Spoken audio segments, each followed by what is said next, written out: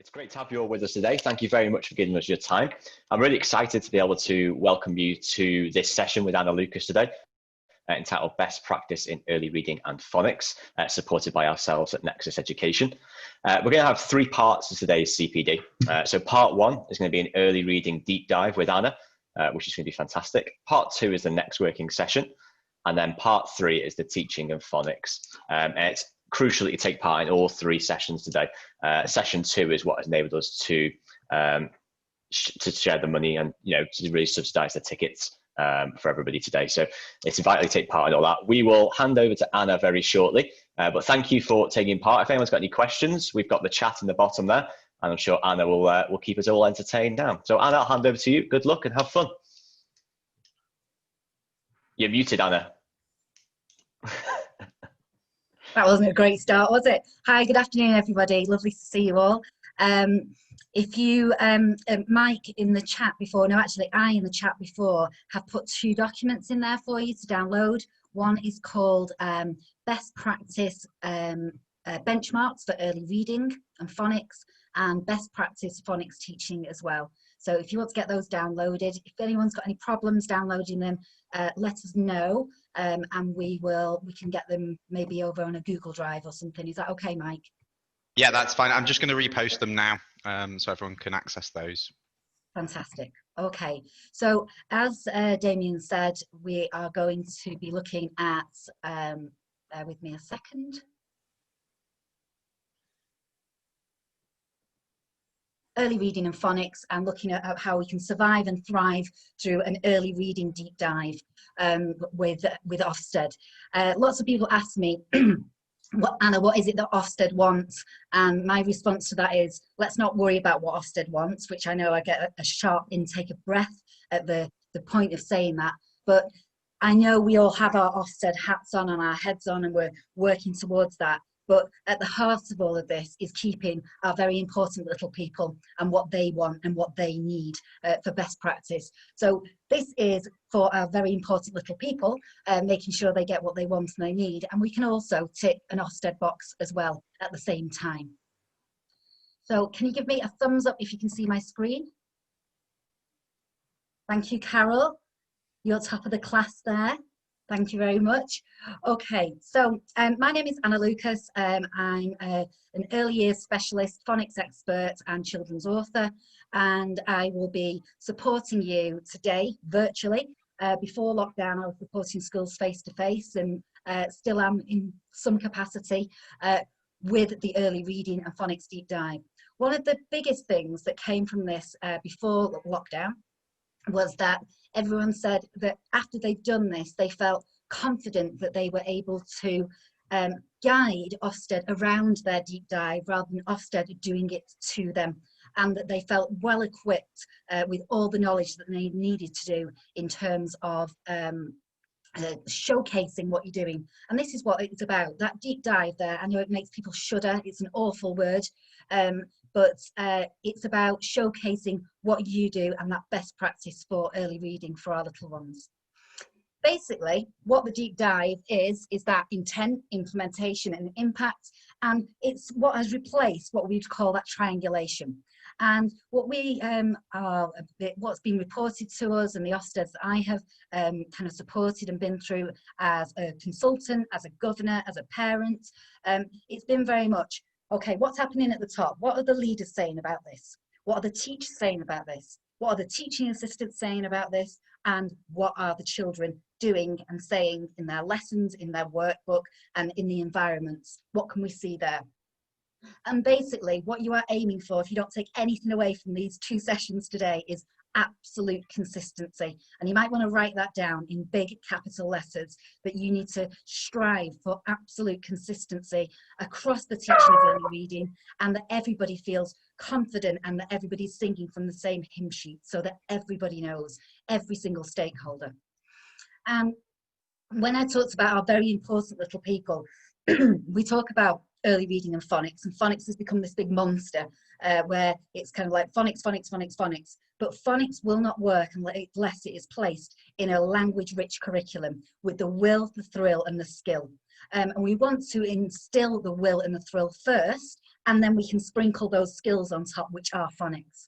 So the language is the will and the thrill, the love of reading, hearing a wide range of text read aloud, developing vocabulary at school and at home, communication skills, stories, poems, rhymes, and non-fiction. We need to immerse children in a world of that language and that will and the thrill. And then we can sprinkle the skills on that are phonics. And we know there's going to be a sharp focus on phonic knowledge.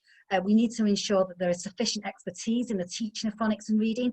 And again, striving for absolute consistency, that you are equipped with the skills, and the children are as well, to go from the simple to the complex nature of the alphabet code. Avoid falling behind. You might be here as an early reading manager or a literacy English coordinator, and rather than talking about how you catch up with phonics, let's call it keep up phonics. How are we going to ensure that we keep up with phonics so we can avoid catch up? And keep up phonics is what lots of the schools that I've worked with have actually named their sort of early phonics policy, is keep up phonics. We don't do catch up here, we do keep up, and we keep up all the way. Plenty of opportunities to practice reading and rereading grapheme phoneme correspondences. I'm not going to talk about those two words just yet, in terms of the fact we've got a little bit of a Kahoot quiz afterwards.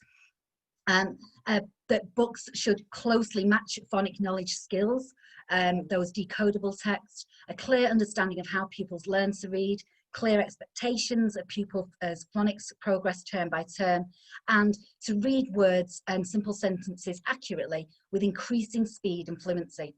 And we all know that in phonics, we use our lovely sound buttons. So we go t, e, n, 10. And children then pick up their reading books and they are sounding out. And yes, if in doubt, sound it out. That's so important. But actually, we need to read with speed. Can you all do that with me? We're going to read with speed. And basically, well done, Mike. Excellent. T, e, n, 10. And now we read with speed and we read the word 10. And it's just to get that automaticity and fluency with our children, without taking away the fact that if in doubt, sound it out. And yes, we do need to sound out words that we might be unfamiliar with. The will, the thrill, and the skill here, that can-do ethos, is so, so important. And starting children at the right time is so important as well. It's so crucial. Children need to be able to be skilled in rhythm and rhyme, alliteration and oral blending and segmenting before they start to look at the shapes of the letters on flashcards, to then be able to utilize that critical application of phonics, their sound and spelling knowledge, into their reading and their writing. And the way we can do that is through books, rhymes, poems, songs. We need all of those for our children, that will and the thrill of reading. We need clever conversations with children, which I'm going to do with you shortly. We need vocabulary, story making and storytelling, bringing books to life, and love, joy and laughter. And I've just put two of my favourite books on, one of them being this one here, which is Sir Undercracker, which we've got a couple of copies to win today, and Mike and Damien are going to be the judges of that, a bit like X Factor. So Sir Undercracker, he wears pants on his head and he needs to wear them on his bottom instead. And also Delilah Rose, the Bogey Princess, written by one of my colleagues, Simon Hunt, which is all about bogies and gets children being absolutely disgusted about the different types of bogies that Delilah Rose has. But it's about that will and that thrill. One of my favourite ever stories, and if you haven't read it, you need to, or go onto YouTube after this, the story of the little mole that knew it was none of his business. Give us a thumbs up if you've heard of that story. He wakes up one day and he finds out that somebody's done his business on his head as he pops out of his molehole, and he stomps around the farm, demanding from each of the animals, "Did you do this on my head?" And each of them replies, "No, not I, because I do it like this." And each of them proudly demonstrates how they do their business. There's lots of counting opportunities. There's lots of sound effects, which I'm not going to do, but I'm sure you can imagine the types of sound effects. And if you can match it with chocolate brown Play-Doh, it also works quite well as well. But just think of that favourite story that really gets our children excited about reading and wants us to keep on reading and rereading those stories.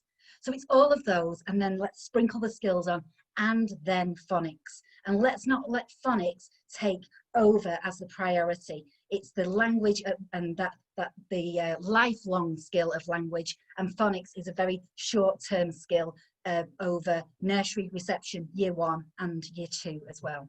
So let's have a look at the big picture. It's listen, language, understand and speak. It's all of that communication and language, that prime area of learning and development in the early years foundation stage. It's stories, songs, rhymes and non-fiction. And if you are here as part of, with a senior leadership head on in terms of an English subject lead, or you might even be the science lead, but you're here as early reading lead as well, is that stories, songs, rhymes and non-fiction stories across the curriculum will strengthen our readers and writers. And good rhymers are good readers and writers. So at the age of 3, you can determine a child that is good at rhyme. You know they're going to be a good reader and writer eventually, but also as well, that if we continue with that wealth of rhyme, that will improve children's vocabulary, it will improve their reading, it will improve their writing. So one thing about stories, songs and rhymes across the curriculum, your science leads, your geography leads, your history leads, your art leads should have sections on where are the books, where are the songs, where are the rhymes, not just in early years foundation stage, not just in key stage 1, but across the whole school. So that might be something that you take away from today to share with your colleagues, you know, where's the song, stories and rhyme across the curriculum that is going to strengthen that love of reading, but also strengthen lots of aspects of the wider curriculum and also children's vocabulary and the application into their writing and reading and understanding as well. We've got general sound discrimination at phase 1 phonics, firm foundations in phonics, and our phonological awareness with our rhythm and rhyme, our alliteration and our oral blending and segmenting. We've then got, if you are read writing at school, you'll know the sets or a different scheme, but in terms of letters and sounds, it's phase 2 and phase 3. And we need children to have mastery of phase 2 and phase 3 before they can access phase 4 and phase 5. And it used to be, and I was a CLLD consultant for national strategies back in the day, that we said, you know, really push through, get your children through phase 2 and phase 3, keep going, keep going. But there has to be rigorous assessment on a daily, on a weekly basis. Are they keeping up? Because they need mastery of phase 2 and phase 3 to access phase 5. They need mastery of phase 1, which continues the whole way through phase 2 to phase 5 in order to be successful. Our children generally take a nosedive at phase 5, number one because of sort of expertise in the subject knowledge, but also as well because their foundations, their firm foundations in phonics in terms of phase 1 and phase 2 and 3 aren't strong enough to hold up that structure. So it's really, really key that we get these in place. And then at the top of that, no more phase 6. Phase 6 can put to one side. You can use it as a resource to support the statutory spelling appendices at Key Stage 1 in English. You'll notice that the arrows up there are basically saying that none of these come to an end and they all build upon one another. And it's like the foundations in a house. What comes first supports everything that comes next. And we know that if we spoke to any architect, they'd tell us that the foundations are probably one of the most intricate and expensive parts of a building and a structure. But if we don't get it right, it's going to be far more expensive to fix later on. And I'm sure you can think of those children who are playing catch up, who are reluctant readers and potentially reluctant writers, but actually that is a real struggle from them. So we have to get it right from the start. Okay, so how are we going to do this? How are we going to make sure that we're giving the best for our very important little people and also giving you guys a tool to be able to feel confident that you've got absolutely everything that you need and all the skills, you're equipped with the skills and the knowledge of what to be looking for.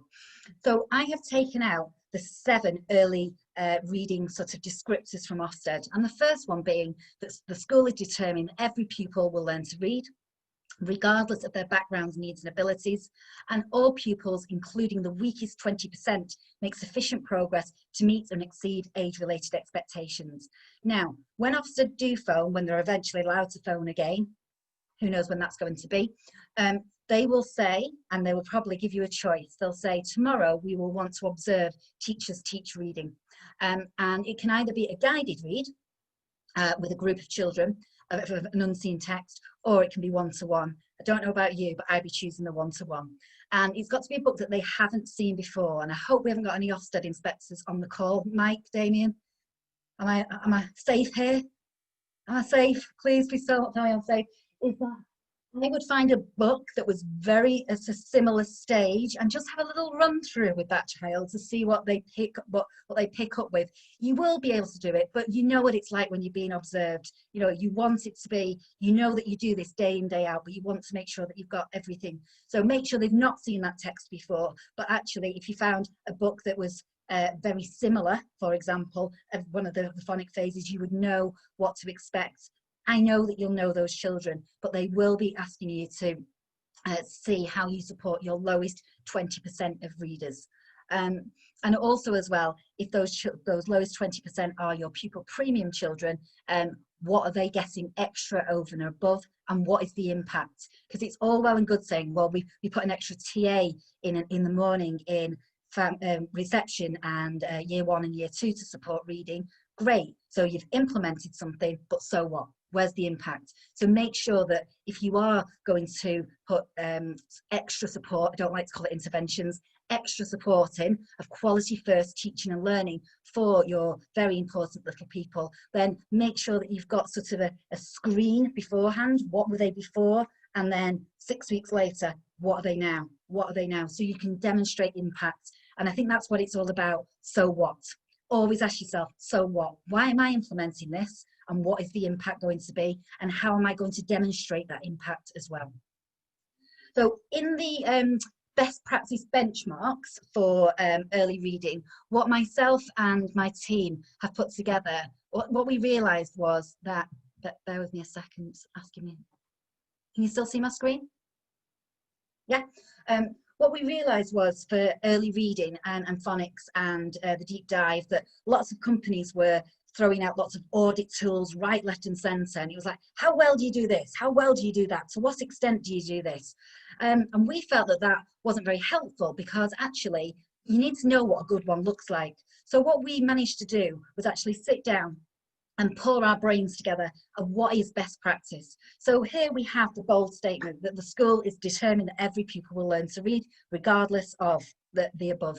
And then we have written a Super 6, and the Super 6 are basically key statements that you can say, right, okay, is this happening? Is this happening? Is this happening? And basically red, amber, green, this is the easiest action plan you'll have ever done, and the most practical hands-on action plan that you've done, that you can do. And what else do we do? Because there'll be other things that are bespoke to your school, but are based on the makeup of your children.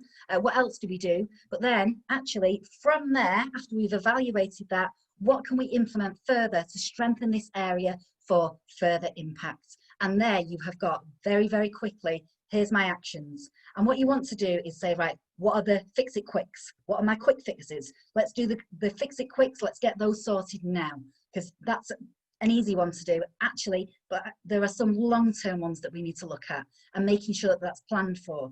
And my experience of Ofsted to date, in a range of capacities, has been that it's not about ticking every single box and saying, look, we do all of this. Yes, it's showcasing where you are right now, but where you are, and a true picture and a true reflection of where you are right now, and what you've got planned long term as well, because there will be financial implications, I'm sure, especially to do with new reading schemes. There might be actual training opportunities that can't happen quite just now, but they can happen at a later date.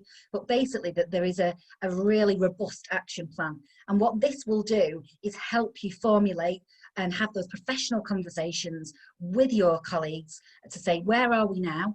What does the picture look like? What's the accurate picture? What else do we do? And what can we do? What are we going to do to further implement this? Okay.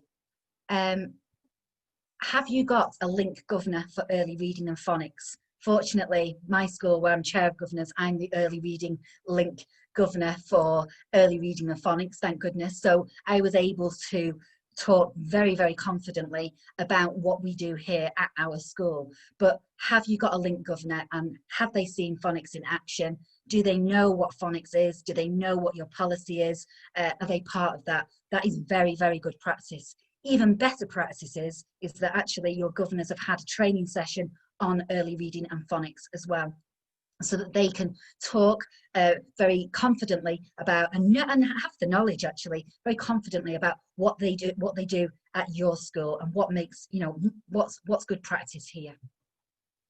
For the love of reading, we need to ensure that the love of reading is high on our agenda. It's not Phonics. Phonics comes later. It's the love of reading, which is absolutely key. And they're the types of questions that Ofsted ask as well, in terms of how do you instill that love of reading? And actually, what does that look like? How's that interpreted into the environment? How's that interpreted into story times? What does that look like with the children? When I talk to children about books, do they know their favourite author, for example? Are they able to talk about their favourite stories and which ones they like? Are they able to retell stories, make up stories? So stories, poems, rhymes, non-fiction, chosen for reading to develop all of this. And we've again got our best practice benchmarks. And it's really, really key that we implement this to get maximum impact. I'm not going to read these out to you because it really is a speed dating early reading deep dive here, but again, a bit more than 6 this time, but a very comprehensive sort of bold statements about, do we do this? You know, do they have access to open-ended materials to build and create their own story worlds, to develop imagination? Have they got access to green screen, audiobooks, helicopter stories, small world? Are they do you have a class author, for example? Are there voting systems each day about which story they're going to have, so they know it's their favourite story? Have they got inviting book corners and reading areas? Are there books in all areas, especially in early years and Key Stage 1, where you have play-based provision? You'd be thinking, say you had, let's say, something to do with growing, a growing area, an investigation area, then I would have key books in there. I'd have a non-fiction book about how things grow. I'd have the rhyming story, One Mole Digging a Hole, which also ticks the mathematical nature of it. I would also have Jasper's Beanstalk in there, so I've got my fiction story, and I would go and trawl through all my decodable texts, and I'd probably find phase 3 / phase 4. It's really sad that I know this. I think it's Floppy's Phonics Fun in the Garden. So you want fact, fiction, poems, and fact, fiction, poems, and a decodable where appropriate. If you can't find a decodable, you can always make your own up as well, kind of handwritten stuff in those areas. So again, it's taking stock. What do we do? Do we do all of this? What else do we do? And then what can we do to further strengthen this area for maximum impact? In the early years foundation stage, and really in any sort of play-based environment, that implementation is about how we help them learn. So we need to think about, in terms of early reading, where are the focused, playful experiences every single day? Where's the story times? Where's the story making? Where's the reading? Where's the making up stories together? Where in my high quality indoor provision are the reading hotspots? And that's not just to walk around the environment and go, oh, that's great, there's some books there, there's some books there. Where are the hotspots? Where do our children pick up books? And where they're not picking up books, why are we putting them there? Are we putting them there to tick a box to make people feel happy that there are books in the environment? Or are we going to utilise them? So high quality indoor provision, high quality outdoor provision. Where's the stories? Where's the story making? Where's the reading? What reading enhancements are we putting into our environment? What challenges? And certainly the adults are there to co-play with children and have those high quality interactions with our children as well. Also as well, we need to think about optimum learning in the early years foundation stage to do with early reading. Are children having play-focused learning that's adult-led play within an enabled environment, but also are they accessing child-initiated play, but they have adults interacting with them? And that is really, really key, how we are moving children's learning forward in their provision by having those clever conversations with them. We need at this stage phase 1 phonics. Remember, no flashcards allowed at phase 1 phonics. These are the firm foundations in phonics. I've already talked about the foundations going into a structure, and you've got the general sound discrimination with environmental sounds, instrumental sounds, and body percussion, and then that phonological awareness, the rhythm and rhyme, the alliteration, the voice sounds, and the oral blending and segmenting. And this is where we've got a little bit of a quiz, and you need to be ready to move off your seats to win the first copy of Sir Undercracker. Can you go and find 2 things in your house that begin with the same sound and possibly rhyme? First person back needs to shout, "I'm back," and show us what you've got, and let's see if you can win the prize. 1, 2, 3, go.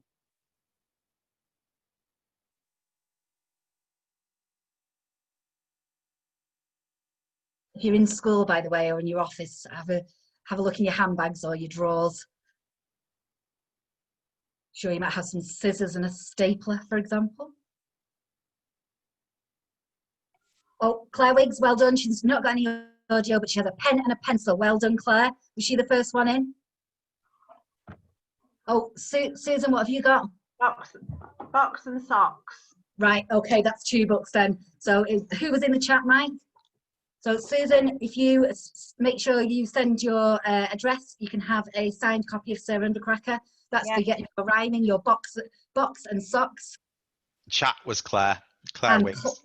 Claire, well done. You've also won a copy. Don't worry, guys. There's more chance for more prizes. I've got hundreds of copies of her, so if I feel generous, I can give a few more away.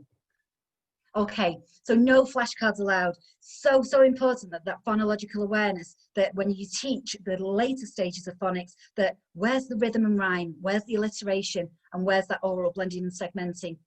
And we're going to be doing a little bit of Kung Fu phonics after your next working, a little bit of disco dancing, a bit of phonics aerobics, and super Spider-Man phonics as well. So stay on for that, because that's really going to help. If children can do those things and they are kept up as a well-oiled sound processing system in their brains, then they are going to be able to apply what they are learning in their phonics into their reading and their writing. So it's really, really key that they continue. Early reading and clever conversations. Basically, here is your hand, and there's 10 seconds in the hand. And basically, I might say to Mike, "Mike, what are you going to have for your tea tonight?" And Mike, you're going to answer me after 10 seconds. Okay, so Mike, what are you going to have for your tea tonight?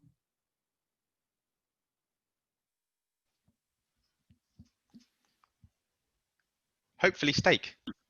Fantastic. Okay, how did you feel about that, Mike, that 10 seconds? It was quite a long time. Yeah, it is. It's quite a long time. As adults, we have that serve and return of conversation that is just back and forth, and sometimes overlapping and maybe interrupting as well.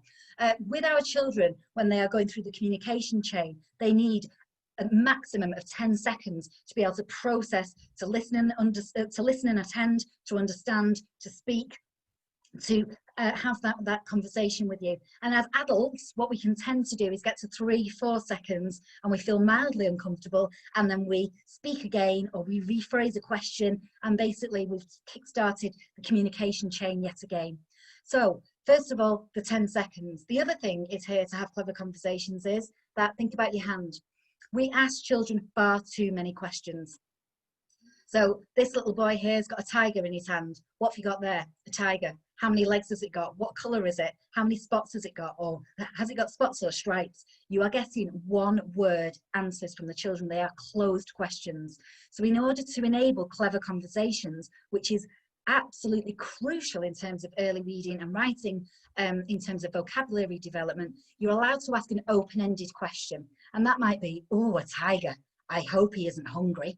And then basically, here, my thumb is down, and I'm not allowed to ask another question again until I do 4 of these things. I need to comment on what the child's doing. So, "Oh, look, Edward's got a stripy tiger." I need to repeat what the child has said. So Edward might say, "Grr, a tiger," and I might say, "Oh, a tiger." So I could just repeat what he said to kind of validate his language, Or I might expand, and I can expand by adding 1 or 2 words in. He says, oh, a tiger, and I say, oh, an orange stripy tiger, or a stripy and scary tiger. And basically what you're doing is you're feeding in vocabulary 2 steps up to where they are. So you're feeding in vocabulary, and that is expansion. And then the explanation. I think he's a little bit sad because he can't find his mummy. Why don't we go and find her? So basically there, I've not asked another question. Don't worry though, you don't have to comment, repeat, expand, explain.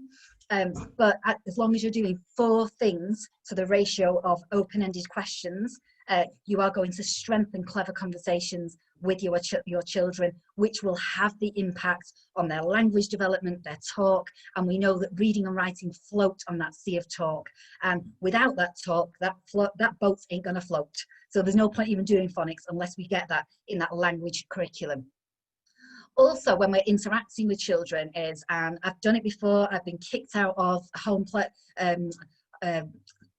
role play areas where I've gone to the shop and said, what can I buy today? And they've turned around and it's closed because, oh my God, here she comes. She's about to challenge and extend me. I don't know whether you can tell, but my dulcet tones are from Salford, and a little boy was digging for worms outside. He's now probably at college, so it seems like a long time ago. And my teaching assistant at the time said, why don't you go and show Miss McNamara, who I was at the time? And he had all these wiggly worms in his hand, and he said, nah, you're all right. She might make me read all right about it. That was my best Salford accent, by the way. But basically, I would have done. It was my early days of teaching, and they knew that if I was I was let loose in that provision, I was going to make them read or write about it. We need to be a bit more subtle.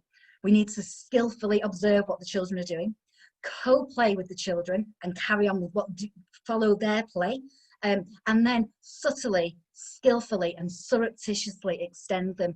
And with literacy, with maths, when we do interactions with maths is everywhere. And actually children don't know that we've just had those mathematical interactions with them if we couch it with the question hand, but they know that you're coming for them with literacy. So I always think about literacy for later.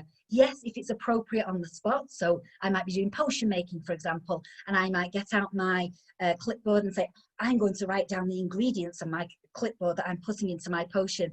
Now, 9 out of 10 children will probably go and get their clipboards as well and copy you because they've got mirror neurons. Others will go, I know what she's up to. She wants me to get some writing done. So you know those children where you can do literacy in the moment or maybe literacy later. And that's okay. You know, we don't always have to be extending on the spot, but that's that sort of planning for later. So always think about, maths in the moment. I know we're not doing maths today, but maths in the moment and maybe literacy later. So it's a little bit more subtle in what you're doing. We need to challenge our typical responses. And this is a really good tool to use. So go around and just capture what the children are saying in the environment and then finding out what the typical response is. So a 3-year-old building a train track and he says, or she says, my track is very long. And the typical response might be that you captured, yes, it is, isn't it? Now, that closes that down completely. There's an opportunity there to comment, wow. So you've got a comment, but you've also got a repetition and an expansion. Wow, you've made a really long and windy track. And when you say the word long and windy, you're going to do some non-verbal communication.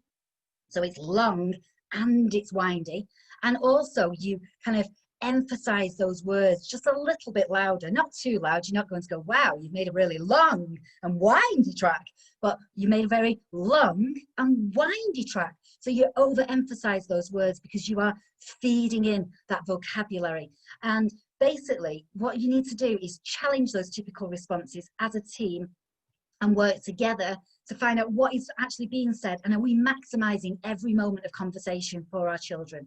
The 5-year-old looking at the book in the sea, look at the whale. What else can you see? But he wanted me to look at the whale, or she did, and I'm going, what else can you see? But I could say, it's a giant blue whale, I think, swimming in the ocean.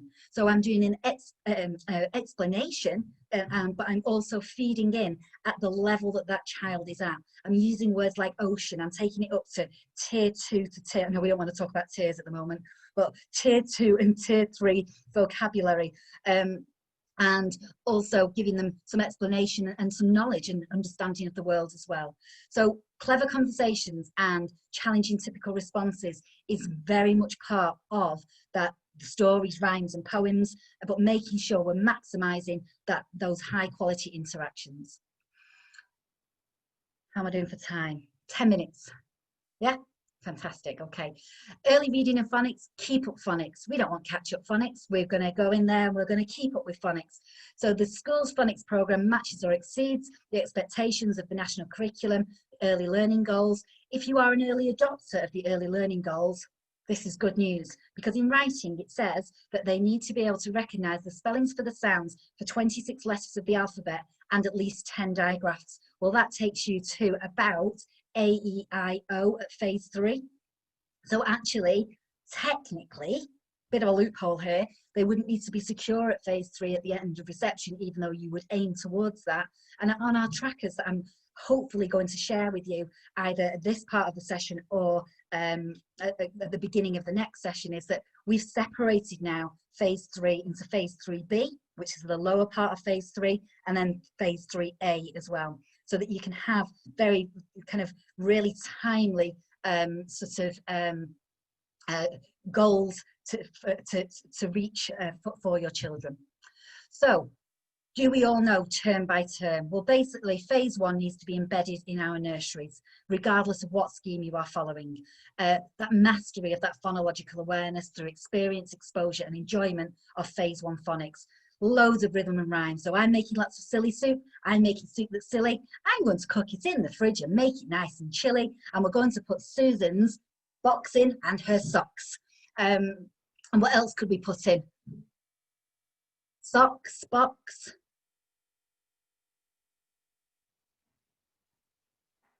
I'm so glad that you got box and socks. You'd think I'd paid you for that, Susan. But a fox, locks, rocks. So we're making silly soup, or it might be Peppa Pig is going to the zoo. Who does she see as she passes through? A pig and a polar bear and a penguin and a pufferfish. So you're doing all the alliteration. And then we might be playing games like cross the river. You can cross the river if you've got the dog, or if you've got the dog. And as the children cross the river, they super segment dog and get to the other side of the river. But basically, no flashcards allowed. Mastery at phase 2 and phase 3, at least one spelling for the 44 sounds of the English language, CVC only, so 3 sounds only, and then phase 4 if you feel that they are confident enough to move from 3 sounds to 4 sounds in a word. Then you'll notice that phase 1 goes all the way across the top. Then we've got key stage 1, mastery of phase 4, an introduction to adjacent consonants, so stop and tent, for example. And mastery of phase 5C, the introduction of choose to use spellings, which we'll have a look in more practical detail after your next working. And mastery of phase 5B, an introduction to switch it sound spellings. And choose to use is where it sounds the same, but it looks different. Now, you might not have a phonic buddy right next to you. It might be an invisible phonic buddy friend. But can you say to your phonic buddy, it sounds the same, but it looks different? Your turn. Mike and Damien are going to be checking for maximum participation here, so I can only see a few of you. And then the introductions to switch it sound spellings, where we've got it and I in milk and child, for example, where it looks the same, but it sounds different. Can you do that? It looks the same, but it sounds different. And what we need to do is make phase 5 as simple and as easy as possible for our children and our teachers alike, so our children don't take a nosedive at phase 5, which we see all too more often than not. And then you've got the statutory spelling appendices, mastery of year 1 and year 2 spelling appendices. But actually, if you look at those in detail, you will actually see that you've covered quite a lot of that already by teaching systematic synthetic phonics. Keeping up with phonics. The ongoing assessment of pupils' progress, phonics is sufficiently frequent and detailed to identify any pupils who are falling behind, and if they do fall behind, that targeted support is given immediately. So on a day-to-day basis, I need to be evaluating my phonics. Who are my target children? Did they get it? Do I need to do pre-teach with them? Do I need to do post-teach with them? Do they need microphonic bursts? How am I engaging with their parents to support these children to make sure that they keep up with their phonics and not play catch up with their phonics? So on a daily basis, how are they doing? On a weekly basis, how are they doing? And then that would feed into revisit and review. But also, if your teaching assistants are teaching phonics, then I need to know, as that teacher, how those children have done in their phonics. I need to know who are the focused target children that I need to be working with throughout the day in maybe their phonic area, maybe through microphonics bursts during their guided reading sessions or story time. I know that Mike and Damien, they've been doing the spelling for the sound O today with Mrs. Foster. And we're reading all afloat on Noah's boat.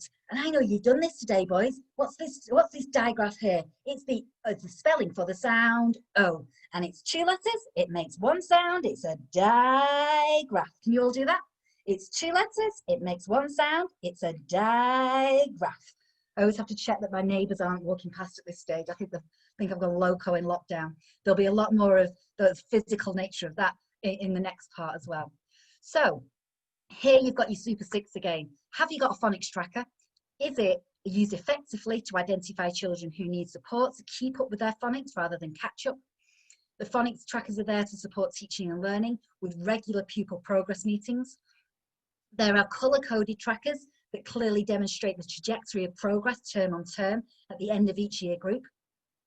It also helps identify those children needing extra support, and we have regular meetings to support and strengthen children's learning at home for target children. Children who have been identified that need that extra support through very timely and regular pupil progress meetings. Have they got a planned access to daily pre-teach? So for example, Susan and her group, I will be saying, right guys, come to the VIP phonic area and we'll listen to the sound that we're going to hear today, and then we'll look at the spelling for the sound. So I know that Susan and her group come into that phonics lesson like the Fonz, cool as a cucumber, because they know that what the spelling for the sound is, and they've been invited as a VIP group. Or it might be that Carol Foster's group and Lorraine's, that they need post-teaching and microphonics burst, so they get invited after the phonics session to come and do some VIP phonic work in a phonic play tray. For example, if I just move here, there's a little tray and it's basically phonics play, so I play phonics with them to strengthen their learning. Or it might be a little guided activity around a table, but our job is to ensure that those children have learned that spelling for the sound every single day. And those children that haven't got it, but actually what extra support, planned extra support, not ad hoc and kind of hit and miss, you know, really strategic support for those children, so we absolutely keep up with phonics. And that day-to-day assessment of children's ability, not just to recognise the spellings for the sounds, it's all well and good to bark at this. Can everyone tell me what this spelling is here? I should be able to see the shape of your mouths. Not just be able to bark at that, but actually to be able to recognise that, but be able to build. So to build the word moon and zoom, for example, to be able to read words like that, and also to be able to write those there. And that reading, the application of reading and writing is closely monitored as an effective assessment of where a child is actually working at on a day-to-day basis. So your phonic planning should be absolutely annotated with children's names on them, highlighting stuff. It might have tea stains on it. It should be a very well thumbed document that really does support that day-to-day assessment, rather than like the last week of term saying, right, it's phonic assessments this week, and doing arduous one-to-one assessments. You might need that for some of your children, but not all. So these are colour-coded trackers that we can share with you, which basically, this is for reception. So here you can see the trajectory of progress. I'll be 2 minutes, Mike, okay? The trajectory of progress for our children. And if they're in the green, happy days. That's where we want them to be. But it's these children here that might fall into the amber or the red. How are we giving them that extra support? Or have we got children here in our green that we're concerned that they might not keep up with their phonics, and actually do they need that extra bit of support? So you can sort of see what I've done with phase 3 there as well. So there we've got keep up phonics for reception. for them to be secure at phase 3B at the end of the reception year.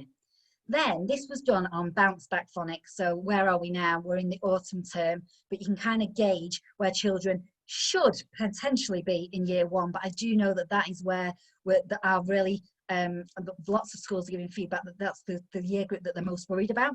So just remember, children flourish when the pressure is off.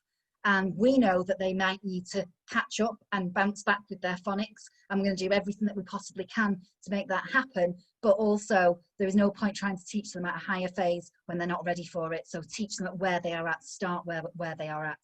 And then, I hate to show you the one for year 2 because there's a deep sea of red, but this was bounce back phonics and how you could bounce back starting from the beginning.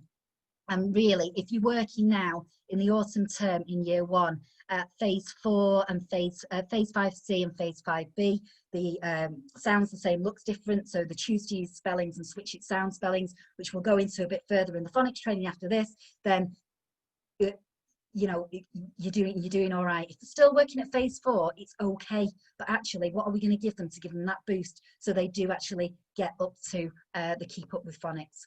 So that there is, I think I've done 5 out of the 7 of the early reading deep dive stuff. That's going to help you with your best practice benchmarks to inform and celebrate and showcase what you already do, to identify your gaps and your quick fixes, and then also what do we need to do next, which is very, very easy to turn into a strategic, well thought out action plan with success milestones and sort of the time that's going to take. Okay, that for 13:47, Mike, only 2 minutes over there. I'm really looking forward to seeing you back at 3.